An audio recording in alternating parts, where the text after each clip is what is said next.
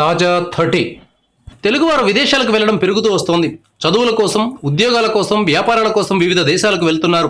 America, Gulf కంట్రీస్కు ఎక్కువగా వెళ్తున్నారు. ఈ పరిస్థితుల్లో తెలుగు సినిమాలకు విదేశాల్లో డిమాండ్ పెరుగుతూ వస్తోంది. ఫలితంగా ఓవర్సీస్ రైట్స్ గురించి, ఓవర్సీస్ కలెక్షన్ల గురించి ఎక్కువగా చర్చించుకోవాల్సి వస్తోంది. ఈ నేపథ్యంలో విదేశాల్లో అత్యధిక వసూలు సాధించిన సినిమాలను చూద్దాం. సినిమా బాగుంటే విదేశాల్లో $1 మిలియన్ వసూలు చేయడం సులభమైన విషయంగా మారిపోయింది. $1 మిలియన్ అంటే ప్రస్తుత రూపాయి విలువ ప్రకారం సుమారు 6,70,00,000 రూపాయలు. ఒకప్పుడు $1 మిలియన్ మార్కును అందుకోవడం గగనంగా ఉండేది. ఇప్పుడు ఈ స్థాయిని చేరుకున్న సినిమాలు డజనుకు పైగానే ఉన్నాయి.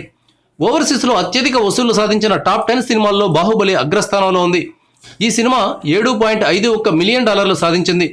దీని తర్వాత స్థానంలో ఉన్న శ్రీమంతుడు $2.89 మిలియన్ వసూలు చేసింది. మూడో స్థానంలో ఉన్న ఆ మూవీ $2.45 మిలియన్ సాధించింది. నాలుగో స్థానంలో ఉన్న ఖైదీ నెంబర్ 150 $2.45 మిలియన్ వసూలు చేసింది. ఇక ఐదో స్థానంలో జూనియర్ ఎన్టీఆర్ సినిమా ఉంది. నాన్నకు ప్రేమతో $2 మిలియన్ వసూలు చేసింది. ఆరో స్థానంలో నిలిచిన పవన్ కళ్యాణ్ సినిమా అత్తారింటికి దారేది $1.9 మిలియన్ వసూలు చేసింది. ఏడో స్థానంలో మళ్ళీ జూనియర్ ఎన్టీఆర్ సినిమా ఉంది.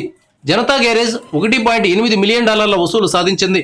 ఎనిమిదవ స్థానంలో నిలిచిన నందమూరి బాలకృష్ణ సినిమా గౌతమిపుత్ర శాతకర్ణి $1.66 మిలియన్ సాధించింది.